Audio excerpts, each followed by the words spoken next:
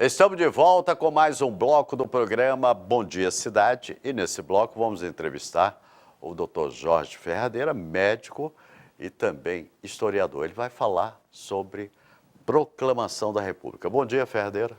Bom dia, Ilso Mendes. Bom dia aos telespectadores da TV Cidade. É um prazer estar aqui. Eu estou afastado da televisão já há algum tempo. Né? Algum tempo. Eu fiz programa debate durante muito tempo. Desde 72 eu fazia na rádio lá em Teresópolis. Depois eu fiz o programa com você, muito tempo que você era... Na TeleTV, Canal 11, né?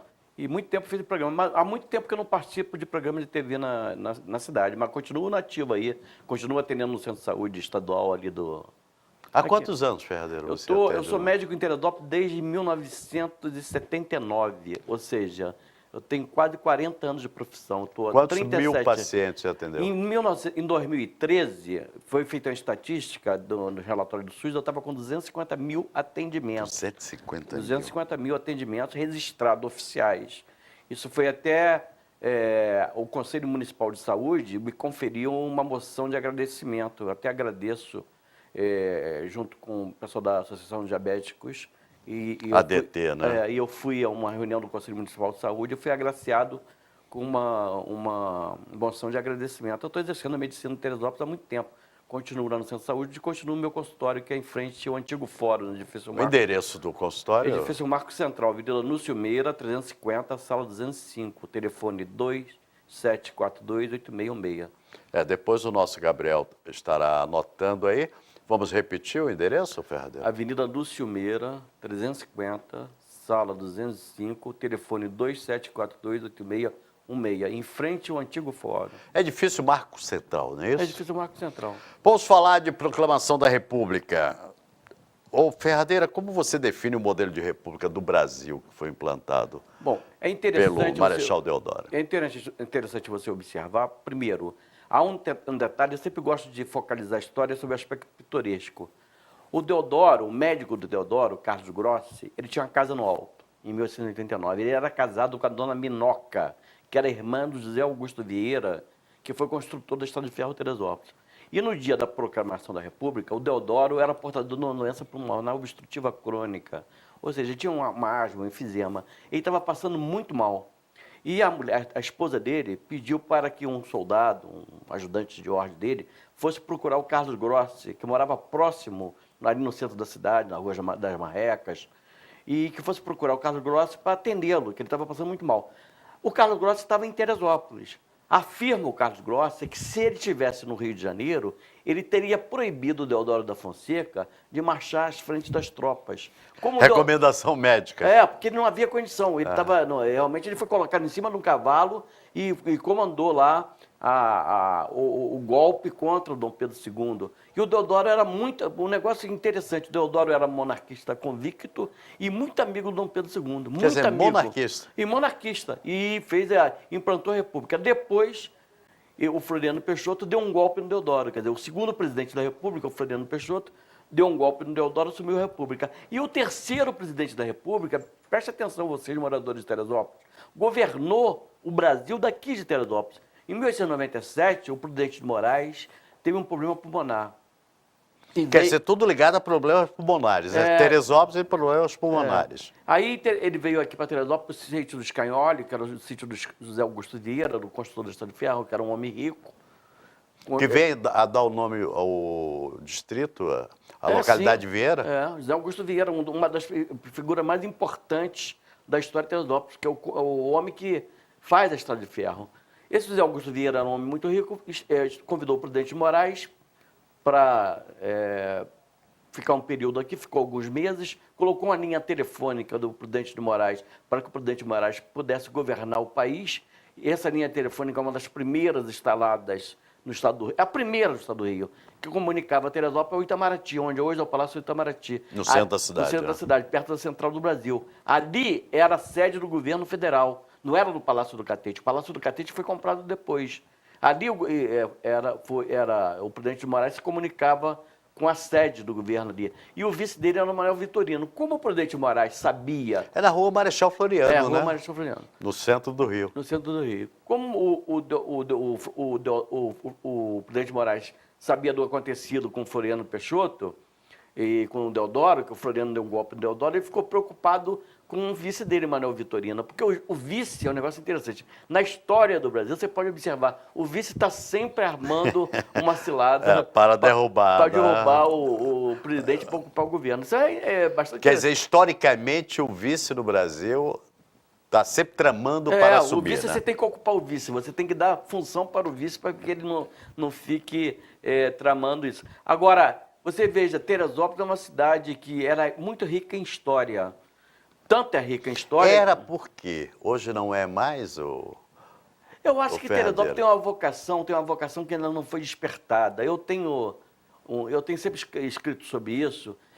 Precisa haver interesse político, em vontade política, precisa que as pessoas entendam a respeito disso. Parece que isso não foi despertado em Teresópolis, quer dizer, a busca pela história, fazer turismo histórico na cidade. Porque aqui a gente teve a presença do Dom Pedro II, aqui a gente teve a presença da princesa Isabel, do Conde D, do rei Alberto da Bélgica. Mas da ninguém Rainha fala Elizabeth. sobre isso, né? Pois é, interessante. Poucas pessoas, você e mais poucos. O Wilson, eu presidi 3 comissões importantes na cidade. A Comissão do Centenário de Teresópolis, presidida por mim em 1991. A Comissão do Bicentenário da Morte de Tiradentes, em 1992, foi presidida por mim. E a Comissão do Centenário da Estrada de Ferro Teresópolis, 96, foi presidida por mim. Eu documentei e fiz uma pesquisa histórica bastante ampla a respeito disso e deixei no arquivo da Câmara. Eu não sei nem se ainda existe no arquivo da Câmara Municipal a história da Câmara. Em 1891, eu deixei registrado, eu falava quase todos os dias. Eu fui vereador 2 mandatos em Teresópolis, fiz de 89 a 92 e depois de 93 a 96. No primeiro mandato, eu deixei registrado nos anais da Câmara a história política do município. Eu tenho dúvida se isso está lá registrado, porque naquela época não havia computador, não havia era computador, papel, né? caneta, você trabalhava lá, sabe como é que fui é. assessor de imprensa, E não sei. realmente, depois de um período, eu me lembro uns anos depois, eu recebi um ofício pedindo para que eu recontasse essa história, que devem ter perdido a história. Agora, como resgatar essa história? É preciso ter vontade política, é preciso que as pessoas que hoje ocupam cargos públicos, o gestor do município, tenha essa vontade de resgatar a história do município. E é preciso mais do que isso, história é um negócio sério, quer dizer, pesquisa histórica é um negócio sério. Você não pode ser compilador, a história não admite compilação, você não pode copiar, você tem que pesquisar, você tem que ir atrás do documento primário, você tem que ir atrás de documentos que retratam... Tem metodologia? Tem que ter metodologia. Às vezes a academia que eu falo, a faculdade, a universidade, faz um pouco falta, porque tem muitas pessoas que são autodidatas e procuram esse caminho da pesquisa, mas elas não têm uma metodologia, ou seja, elas não têm um sentido científico, um sentido do método científico. E tem que dar um sentido tem que ter um científico, método, né? tem que ter algum método científico. Atualmente, eu tenho um blog de história que tem 2 milhões de visualizações, quer dizer... 2 milhões de visualizações. Pois é. Eu acho que em Teresópolis, provavelmente... Então vamos colocar essa entrevista lá no seu blog. Ela vai para o YouTube e depois vai para o seu blog. O blog Ferradeira Historiador. Quem quiser acessar, basta colocar Ferradeira Historiador lá no Google, que vai cair no meu blog. E eu também tenho uma página no Facebook que é seguida por quase 6 mil pessoas. Vocês vejam que tem algum interesse. Tem. Existe o interesse de todo mundo, né? Porque 6 mil pessoas não é... muita não é gente. meia dúzia de pessoas. Agora, voltando à proclamação da República, Ferradeira, eu estava ontem num encontro em Guapimirim da visita do governador, o governador Francisco, e eu conversava com uma pessoa, proclamação da República dia 15 de novembro, aí essa pessoa chegou para mim e disse assim, republiqueta.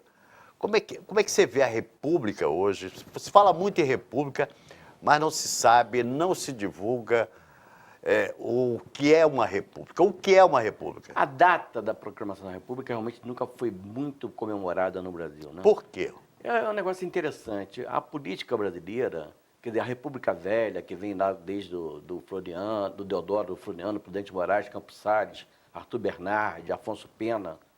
Essa República Velha, que em 30, com Washington Luiz, com a derrubada do Washington Luiz pelo Getúlio, o Getúlio implanta o Estado Novo até 45, depois assume o Dutra, a presidência da República, depois volta o Getúlio pelo voto direto, em 51, em agosto de 54, Getúlio se mata, e a confusão toda, depois vem toda a série de presidentes, vem o o Juscelino, o Jânio, o João Goulart, ao golpe em 64, com a derrubada do governo civil e a implantação do governo militar, com os generais Marechal Costa Silva, Marechal Castelo Branco, o Gás, o Figueiredo e o Médici.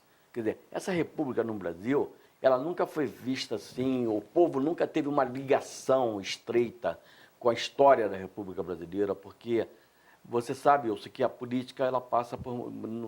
Não é de hoje, né? O político brasileiro é desacreditado. Ele não tem... E se enfraquece a República? Ontem de madrugada, eu estava vendo uma entrevista do Paulo Coelho, e o Paulo Coelho estava dizendo que um dia estava parado, andando lá na Suíça, onde ele mora, ele estava parado na rua, num prédio com a mulher dele, de repente quem ele vê? A presidente da Suíça, ou a primeira-ministra da Suíça, chegando de trem, carregando sua mala sem segurança nenhuma. Ou seja, sem carro, sem muito oba-oba. Sem o staff, né?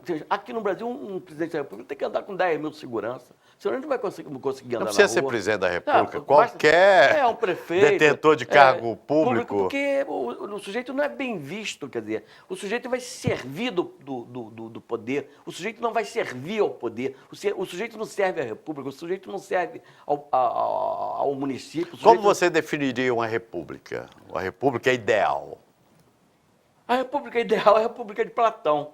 Quer dizer, há até um conceito filosófico sobre a república ideal. Mas a república está muito na imaginação do Platão, que seria uma república governada por intelectuais, por pessoas de conhecimento, do saber, que teriam como planejar ações eficazes que tornariam de bom tamanho a saúde, a educação, o transporte, a moradia, tudo que a gente não tem no Brasil. Quer dizer, por que a gente não tem isso no Brasil? Porque você imagina, Wilson, que a pessoa que assalta o cofre público lá em Brasília, como aconteceu agora, essa pessoa está tirando... Agora não, vem acontecendo há muito tempo, né? Essa pessoa está tirando a saúde do teu filho, do Sim, teu neto. a educação. Está tirando a educação, está tirando a segurança pública.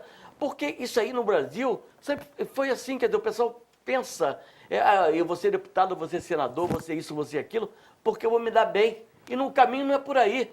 Quer dizer, o caminho da cidadania é você estar nesse cargo, mas você não se servir seguir os cargo. princípios da República, os princípios, meios e fins, ser né? republicano. Ser republicano. Ser republicano. Já estamos com o nosso tempo quase esgotado, né? O tempo passa rapidinho. Defina rapidamente e fale República Federativa do Brasil. O que eu poderia falar sobre a República Federativa do Brasil? Eu desejo que a República Federativa do Brasil, quer dizer, nos próximos, que eu pretendo assistir isso. Eu estou com 65 anos, mas ainda quero ver um país que seja governado por homens sérios, que deem condição de salário digno, moradia, transporte, saúde, educação, segurança, que o povo possa ir ao médico e encontrar no posto de saúde medicamentos. E olha que você é médico, né? Medicamentos adequados, que a pessoa não tenha que ficar anos e anos esperando, meses e meses esperando um exame, que a pessoa tenha internações dignas, que a pessoa tenha um atendimento de emergência, de urgência com dignidade, que a pessoa não fique implorando a favor político. Pô. Quantas vezes eu assisto isso? A pessoa vir com o bilhetinho. O QI, né? Porque, o que indica para ter isso não tem que acontecer. O político não tem que se servir do serviço público para fazer política. Essa não é a república que nós queremos, né? Não é a república que nós queremos. Ferradeira, eu quero agradecer muito a sua participação. Você vai voltar em breve aqui para falar sobre o aniversário da Casa de Portugal. Pois é, isso é importante. No dia 1º de dezembro agora de 2016, a Casa de Portugal estará completando... em 1996 ela fez 57 anos. Toda a Casa Portuguesa era fundada no dia 1º de dezembro, que é o dia da restauração restauração do trono português. E ele foi restaurado em 1640 pelo Duque de Bragança. E no dia 1º de dezembro estarei fazendo uma conferência que é aberta ao público. Você não precisa ser sócio da Casa Portugal, você pode comparecer, está aberto ao público. Será rezada uma missa. A que horas? A missa provavelmente será às 18 horas, terminará às 19 horas, depois ela será feita a conferência às 20 horas e depois a Casa de Portugal vai oferecer um coquetel aos convidados.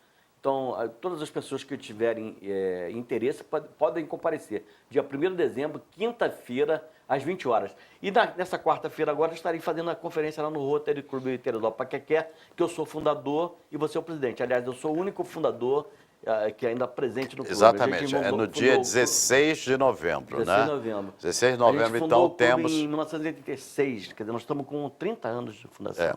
Tem 30 anos que nós fundamos o Rotary Pacaqué. E atualmente no quadro social... Mais de eu 30 sou- anos, né? 40 anos, né? Não, 86? 30, não, com 30, nós estamos em 2016. Foi 86? É, 86. Então Nós são fundamos 40 anos já. 30 anos, 86 com 30, 2016. Ah, certo, certo. A 30 minha anos. matemática não é que não está boa. 30 anos. Nós fundamos o clube na Casa Portugal, foi fundado na Casa Portugal, o Rotary Pacaqué. E, infelizmente, a maioria dos fundadores Já nos deixou, Já mas nos o deixou. clube continua e Funcionando. se reúne toda quarta-feira, Tá ao bem meio-dia e na 30. Então, dia 16, que depois da proclamação da República, o tema proclamação E se da você República. quiser ir, também está aberto ao público. Né? Aberto ao público e nós contamos com a sua participação. Muito obrigado mais uma vez. Vamos a um breve intervalo comercial. Eu volto daqui a pouco dando continuidade ao programa Bom Dia Cidade Especial.